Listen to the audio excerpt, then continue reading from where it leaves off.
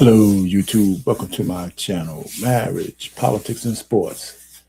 Got another one for you here from Minnesota. We're going to have the Border Patrol and ICE talk about what's going on in Minnesota today on the 20th, and for such a very long time. We're starting to see how Minnesota is in open rebellion against the federal government. I don't think we've had a state in such open rebellion. I know Chicago was quite there, but because of the Somali incident, this thing kind of blew up to where we see how much dysfunction is going on in Minnesota. But I don't think we've seen a state of Democrats so openly in rebellion against the federal government because they're led by Republicans since the Civil War. I think this is really a serious matter, and the people and the leadership of Minnesota must be crushed. They absolutely must be crushed in one way, shape, form, or fashion. They cannot, all legally, of course, but the courts and with what's going on now, I think that there's been enough evidence to say that their leadership should be under DOJ investigation. And I think a change in leadership there is absolutely required, because all of this could have been avoided if they would have just let the police cooperate with ICE to get the worst of the worst out of Minnesota, and without weaponizing the citizenry. And they can't do it with the current police chief because he's compromised himself. So I think the courts are compromised there as well. So I don't even know how they're going to get justice, especially if I'm trying to put these people in jail who violated the FACE Act in the church just last weekend. So there's so many horrible things going on in Minnesota that's so anti-America and anti-American trust. And seems like Minnesota, from the little satellite of Minneapolis, and because of the walls and because of his poor Manchurian candidate leadership, the state is kind of lost to America, because you can't say you're an American patriot and you're trying to protect illegal aliens, especially the kind of criminals that ICE is catching right in their midst. You know, just by the definition of being a sanctuary, guess where all the criminals are going to go hide? The worst of the worst are going to hide in the sanctuary cities, and that's exactly what they used Minnesota for. So, in Minneapolis, this is really bad, man. I'm telling you, it's a travesty. So we're going to hear my man up here talk a little bit about what's going on, who they're arresting, and who they have to go through hordes and hordes of liberals to actually get to the criminals, because of walls, because of that idiot Mayor Fry, who will not let the police work with ICE to get the worst of the worst in the most safe area, like the prisons or in a courtroom or somewhere else like that. But they got to go to the street. So where two men could get the criminals out, then they got to bring hordes of ICE agents and Border Patrol into the communities to just get one person. It's crazy. And the solution is so easy. And just because of ideology, those leaders who want to flood this country with, who people want to use this place as an ashtray, will let the country fall into chaos for their ideology, and it's a very, very bad thing. So let's see, like, share, and subscribe, put your comments in, and all that kind of good stuff. But let's see what what my man from Border Patrol has to say, and he always has something good to say. He's going to give us a status report. I did not look at all the stuff he said, so we're going to react as we go. So here goes.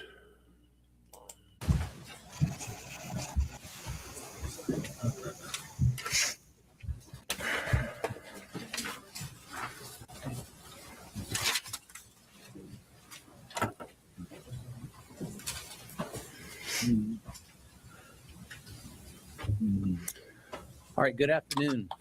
My name is Greg Bovino. I'm the Commander at Large for Customs and Border Protection Assets here in the great city of Minneapolis.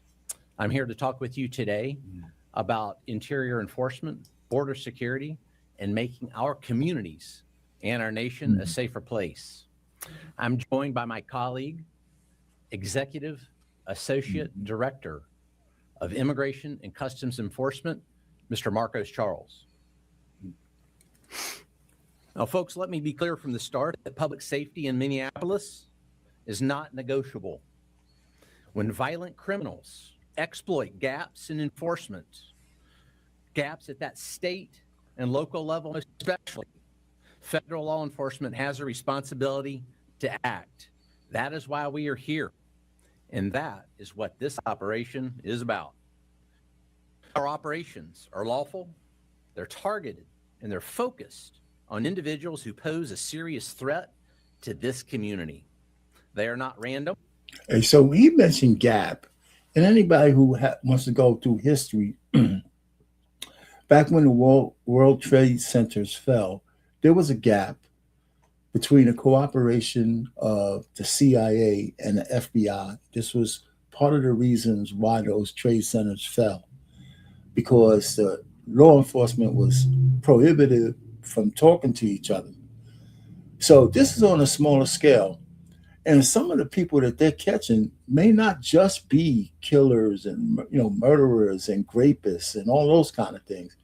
They're also spies that were sent here by our adversaries who may be lurking in some of these sleeper, places, sleeper cells. And because local law enforcement is being prohibited from working with the federal law enforcement, there's gaps. And those gaps are where the criminals lie. That's where the enemy is. That's where the nefarious people who want to break this country up, that's where they're going to hide. In the gap. In the gap. And they are not political. They are about removing criminals who are actively harming Minneapolis neighborhoods. For too long, residents have been told that enforcing our nation's immigration laws undermines public safety. In reality, the opposite is true. When the law is not enforced, violent offenders remain free. Criminal networks expand, and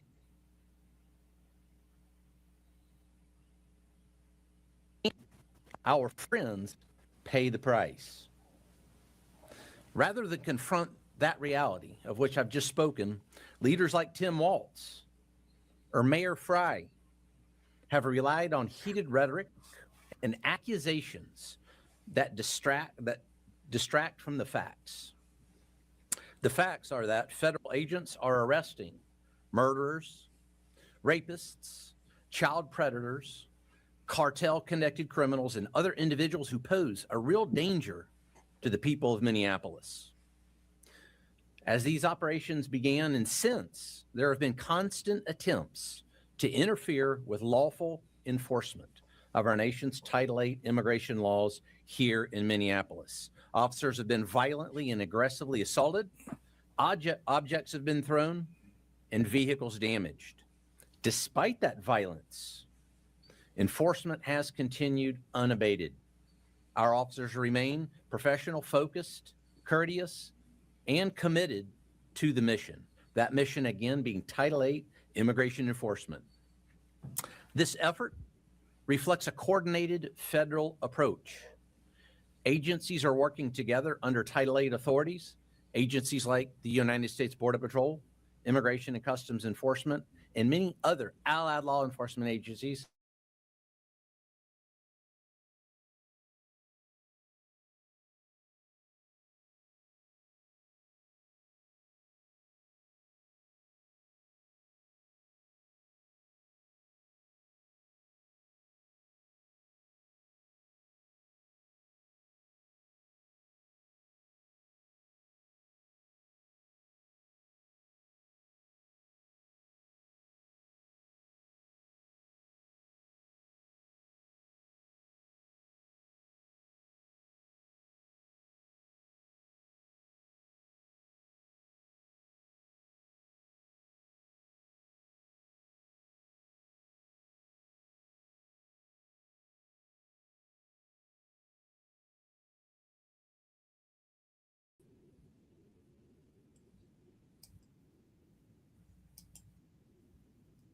with serious criminal histories. Now, folks, before I came here today, I printed out a few individuals that I'd like to share with you. Individuals that were arrested since yesterday. These 3 individuals were arrested just since yesterday. Keep in mind now, these individuals were walking the streets of Minneapolis with impunity as of yesterday. We've got Hovai Kumaye, a legal alien from Malta, assistance to child, including fondling and failure to register as a sex offender. This individual was walking the streets of Minneapolis just yesterday. This individual right here. It's very interesting that I haven't seen this individual or many others like him reported on very much by the local news media or the state news media. That's interesting. Wait, let's don't quit there. No, you can't. Let's continue here. We've got Samuel Aravelo Hernandez, a illegal alien from Guatemala, charged with rape and lewd or lascivious acts with a minor. I'll think about that for just a second. Rape, and then on top of that, lewd and lascivious acts with a minor. This individual was walking the streets of Minneapolis with impunity just yesterday. Let's don't quit there. Let's keep on there. We've got Annabelle Gomez, a illegal alien from Honduras, previously arrested for criminal sexual conduct and domestic assault. Other convictions include disorderly conduct and driving under the influence of liquor. Walking the streets as of yesterday. These are just three that I had to print out. There's a whole stack of them. There's a whole stack of these. As a matter of fact, when we look over the past year at the 10,000 that have been arrested here in Minneapolis and Minnesota, that stack is enormous.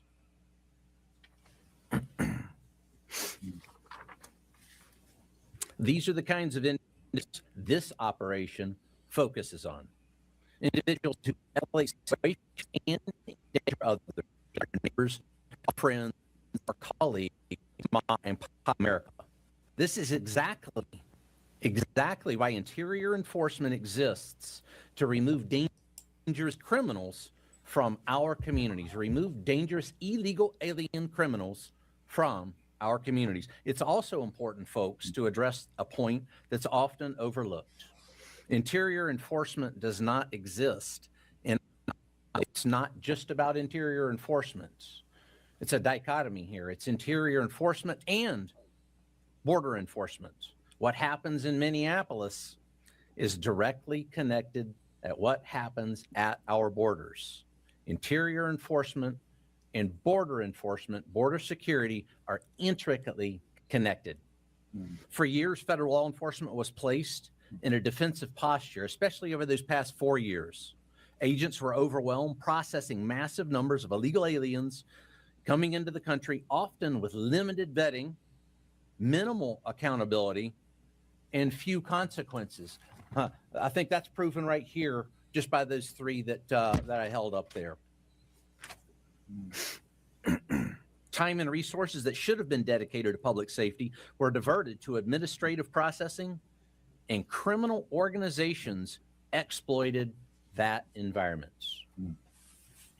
Over the past year, under the leadership of our President, Donald J. Trump, and Homeland Security Secretary Kristi Noem, that dynamic has changed. It's changed radically. It's changed more than I've ever seen in my over 3 decades in law enforcement. Border enforcement has reached historic levels. I actually call back to my home sector in El Centro today. They had 1 apprehension over the past 24 hours.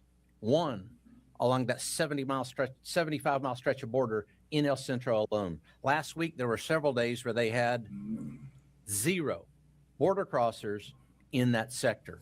That's the same thing across all 20 Border Patrol sectors. Very few crossings. Illegal crossings have dropped to record lows. Catch and release has ended. Consequences have been restored. Again, consequences restored. Because the border is now secure, law enforcement can do its job more effectively. Agents are no longer tied up processing and releasing individuals into the interior, individuals that we just talked about. Bacon folks. So the point is, you had to stop the bleeding. in order to treat the wound, right? You had to stop the bleeding. And now it's time to treat the wound.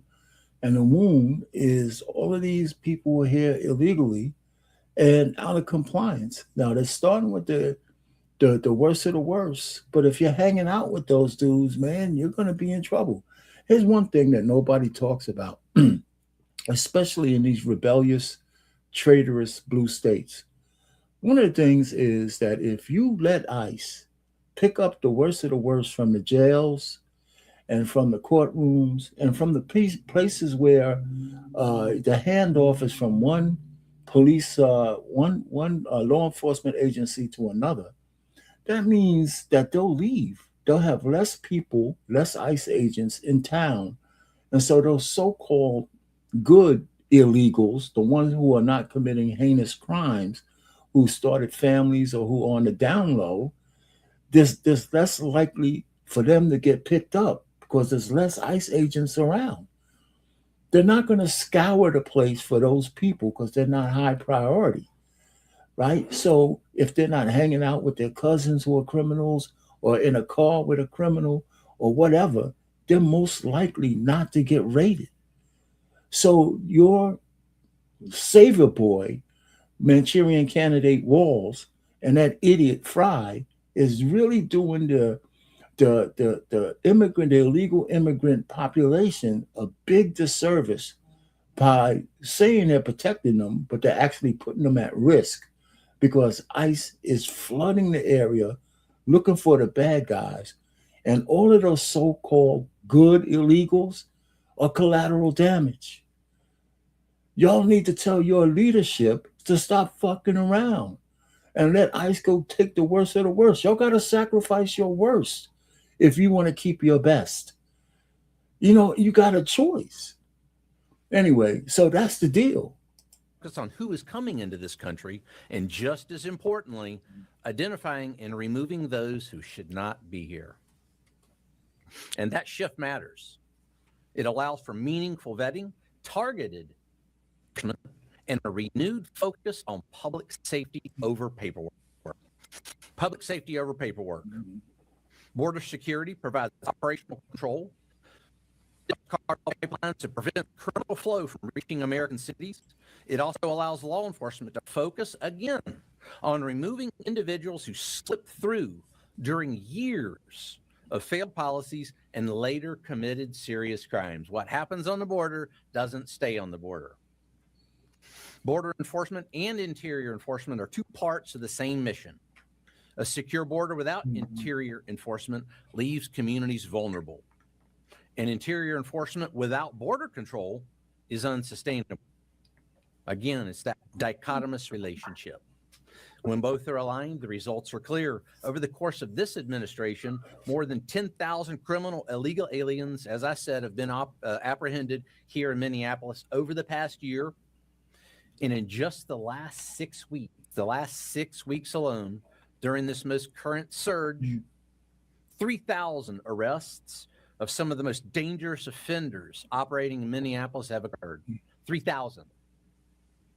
These are not technical violations, as I mentioned. These are individuals responsible for serious harm. Think about it for just a second, what the rape of a child actually entails.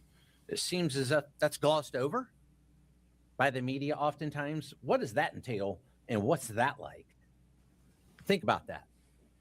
And think about the fact that your leadership, Manchurian candidate Walls, and the idiot Fry, look at who they're protecting. They're protecting these worst of the worst people by inciting and using their population as pawns and allowing the outside agitators to come in and destroy their city with opposition and obstruction. Murderers, rapists, gang members, they're not the people we want in our community. This is what public safety looks like. When the law is enforced consistently and professionally, we will continue enforcing the law. We will continue making arrests, and we will continue working to keep Minneapolis safe. The mission continues at the border and in the interior, because that effective enforcement depends on both occurring at the same time. Let's make America safe again. Honor first. Thank you. Thank you. Thank you, Greg. Good afternoon. My name is Marcos Charles. As Greg introduced, I am the Executive Associate Director for ICE Enforcement Removal Operations. Thank you for joining us. We announced the current status of Operation Metro Surge. As you know, the Department of Homeland Security has arrested over 10,000 illegal aliens in Minnesota since President Trump took office. Over the weekend and through yesterday's holiday, ICE arrested 113 illegal aliens in Minnesota.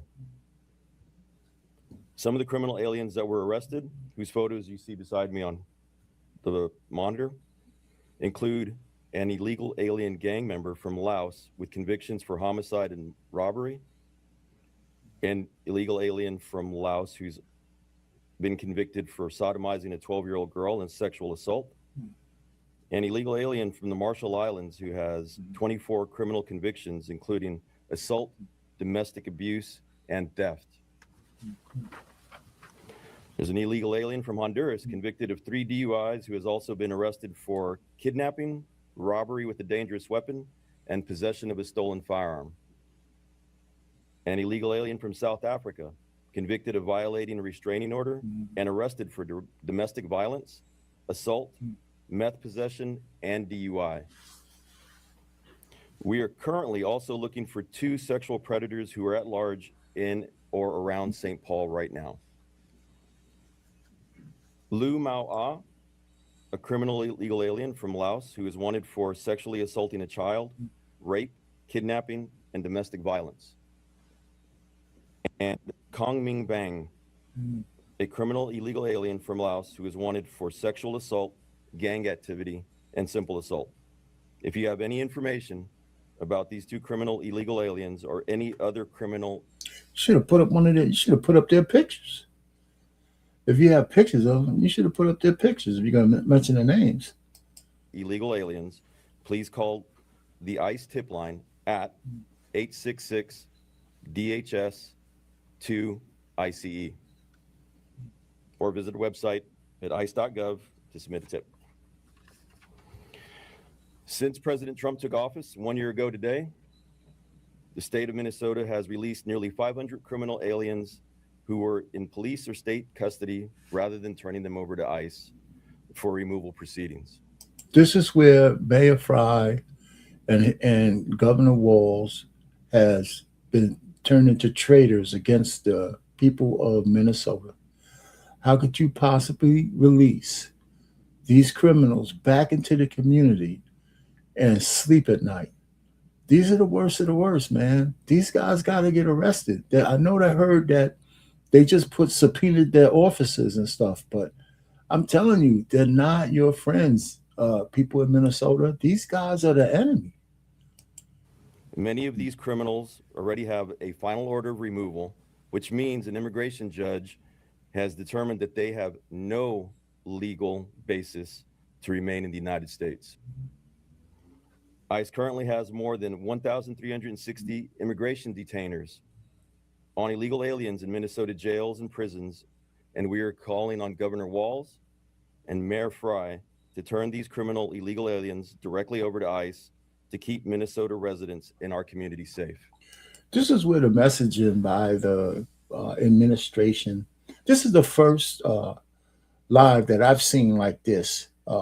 And I'm sure they've had others. So just because I only saw this for the first time, but this is the kind of messaging that the Republicans and the GOP or ICE, DOJ or whatever needs to be doing to get the point across that the only reason why there's so much consternation in your town is because your mayor won't tell the police chief and his operations to cooperate with ICE so we can get the criminals from the jails directly without going on the streets.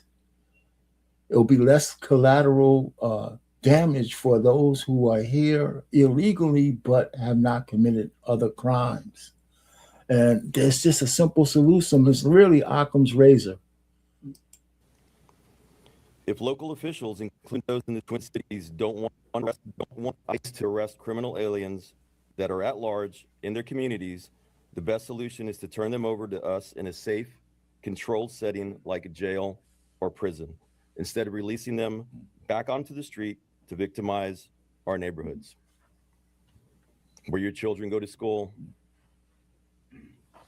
where your parents live, and where you worship, shop, and spend time with your loved ones. The holiday weekend's arrests reflect ICE's commitment to public safety and responsible enforcement. When criminal illegal aliens threaten the Twin Cities or any other city in America, we act decisively to remove them from the community in a controlled and lawful manner. Our goal is simple. We're here to protect the American communities from people like the ones you see here on the monitor. Thank you.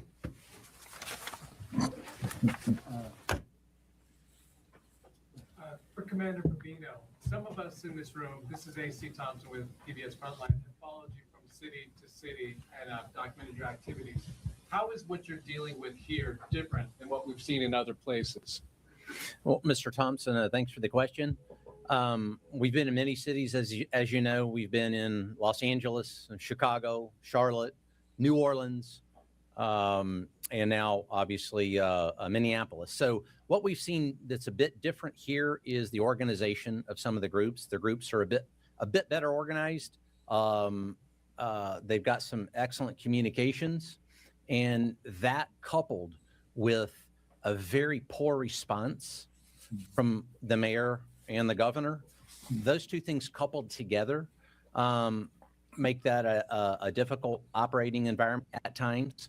And the reason I say that is a change from Operation Catahoula Crunch in Louisiana, in which state and locals, including the governor, the mayors, the police chief, worked in close concert for us to do what my colleague here, Marcos Charles, said, and that's remove violent offenders, bad people and bad things from the streets. And in doing that, I had one act of violence against Border Patrol, one notable act of violence against Border Patrol in a month. Here, I've lost count. I've already lost count of how many. I believe we had a vehicle ramming today. We had one yesterday in which two illegal aliens decided that it would be a good idea to ram Border Patrol agents and then take off. And in doing so, they hit a civilian vehicle as well. Those two were apprehended. So it's that collusion and corruption between elected officials and these anarchists that are intent on creating violence for law enforcement. You know, I see a lot of this that mirrors what happened in 2020 here, right here in this city, when they did.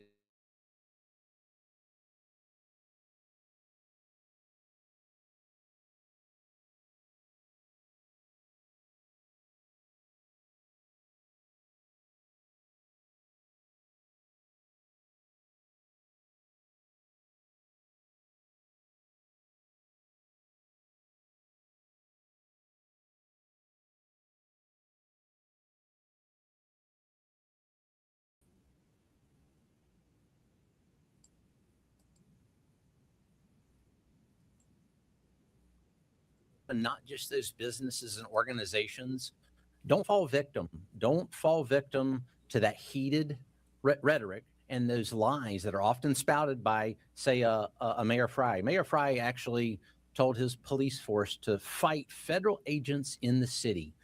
And you should have even seen the look on O'Brien's face, Chief O'Brien. His eyebrows actually raised at that one. So don't fall victim to that. Our Border Patrol agents, our ICE officers, are parents, they're citizens, they enjoy the rule of law just like everyone else.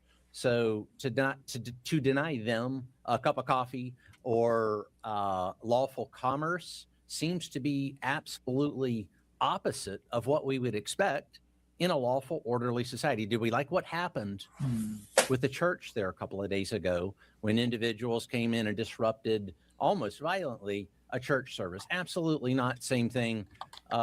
We should treat each other with respect, dignity. And that is why we are here in this city as we take those violent criminals off the streets. That's respect and dignity.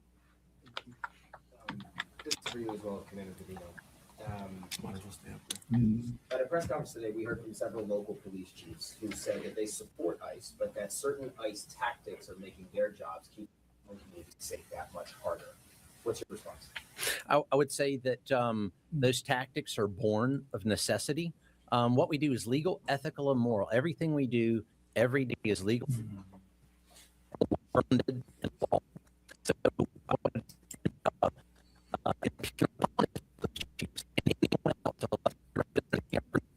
police chiefs do work for the Mayor Fries of the world that turn over those illegal aliens, those criminal illegal aliens. You know, let me hold these up again, so it's just so we don't forget this, because it seems like it always gets forgotten.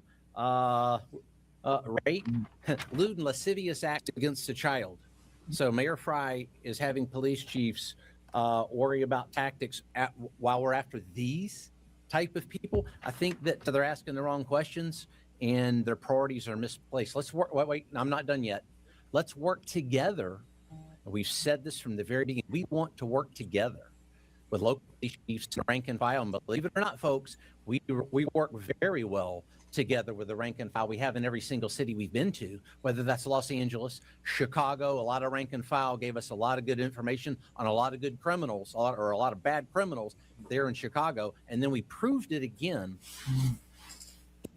Let's work together to take individuals like this off the street. Had we worked together from the very beginning, perhaps we wouldn't be in the city by the thousands conducting operations that those police chiefs, those mayors, and those elected representatives refuse to partake in. If I could just follow up though real quick, if from a lot of people, I think it'd be hard pressed to find anyone who doesn't want criminals who are alleged to do these things out of these communities. I mean, no one wants that. I think where a lot of the criticism comes in is within the tactics that you see ICE and others engaging in, that it's ordinary citizens who are not sex offenders or rapists getting swept up in it. So what do you say to that? Sure.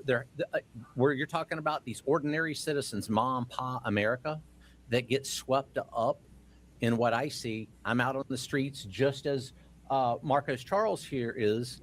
We're on the streets with our troops almost every day.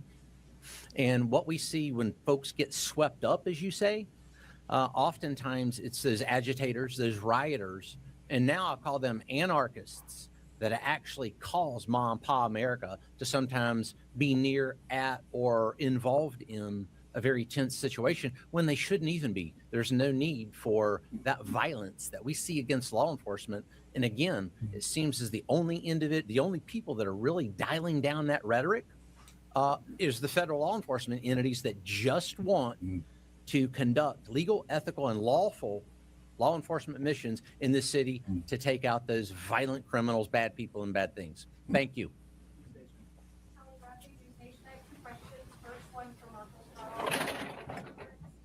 I'm sorry, can you repeat it?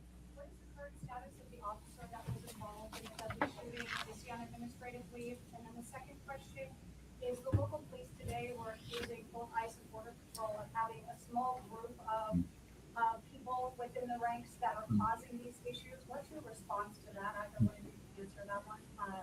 They're saying that it's isolated to a small group of agents that are causing issues. So the officer that was involved in the shooting last week or 2 weeks ago now, he's recovering. He's at home recovering. Is he on administrative leave or is he still involved in the operation? Right now he's at home recovering. Leave it at that. And as far as the response to local police saying that it's isolated to a small group of your agents or officers that are causing issues? So our officers that are out there, CBP, Border Patrol, DOJ partners that are out there, ICE, ERO, HSI, everybody that's out there is a professional.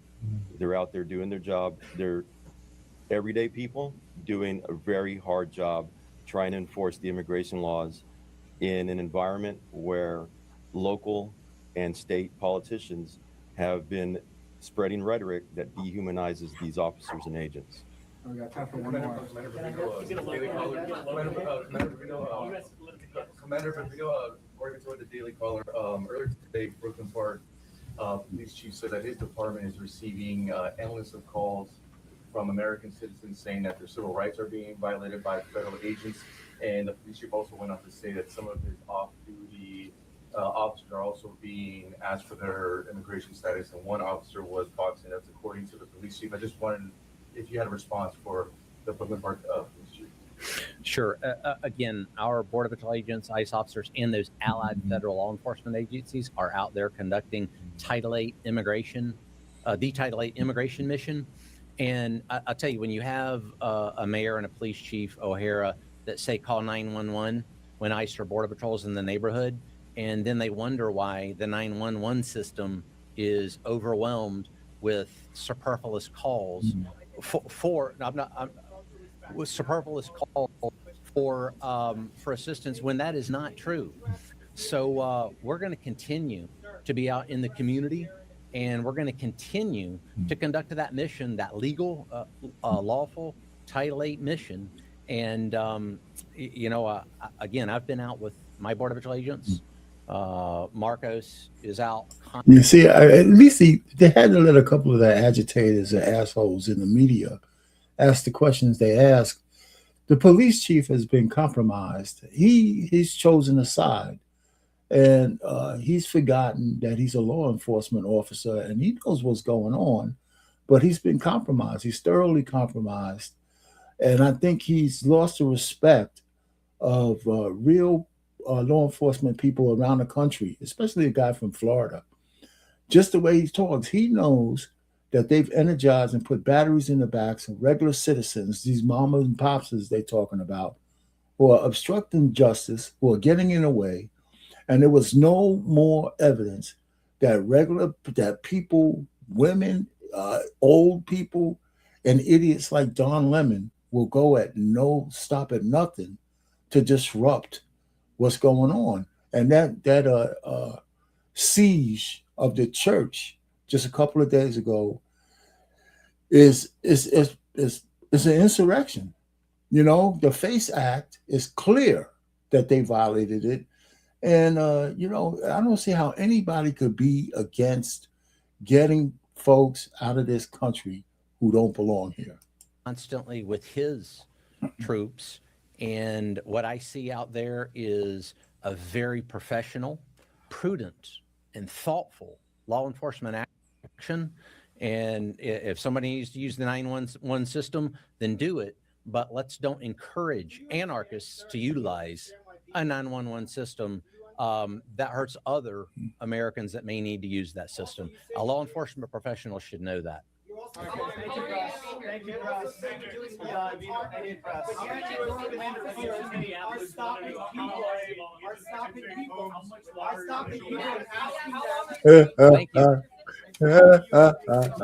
Yeah, don't ask me no more idiot questions. All right. Thank you, people. Anybody who popped in, man, we had some technical difficulties, but I think we got through it. So, and listen, I don't understand anybody who calls himself an American who would want our country overrun by people who don't even respect us, who want to use and abuse our system and our generosity and prey upon the American people. And I tell you what, your leadership in Minnesota, Tim Walz, and your mayor of Minneapolis are the worst I can't say I've ever seen, because Brandon Johnson's got to be the worst mayor ever. But this guy, Fry, he's in neck and neck with Brandon Johnson. You know, I know I'm just rambling, but I can't imagine how many belly laughs that the Somalis have every time that guy tries to speak Somali. They're probably laughing and saying, we got this useful idiot by the balls, and we could do anything we want with this guy, because he's thoroughly such a liberal fool. He can't even see it coming. You know what I'm saying? He's the most naive mayor I've ever seen. Anyway, hey, listen, thanks for stopping by. Art Payne, Marriage, Politics, and Sports. Hit the like button on your way in or out, and see this on replay. Leave a comment and subscribe to the channel.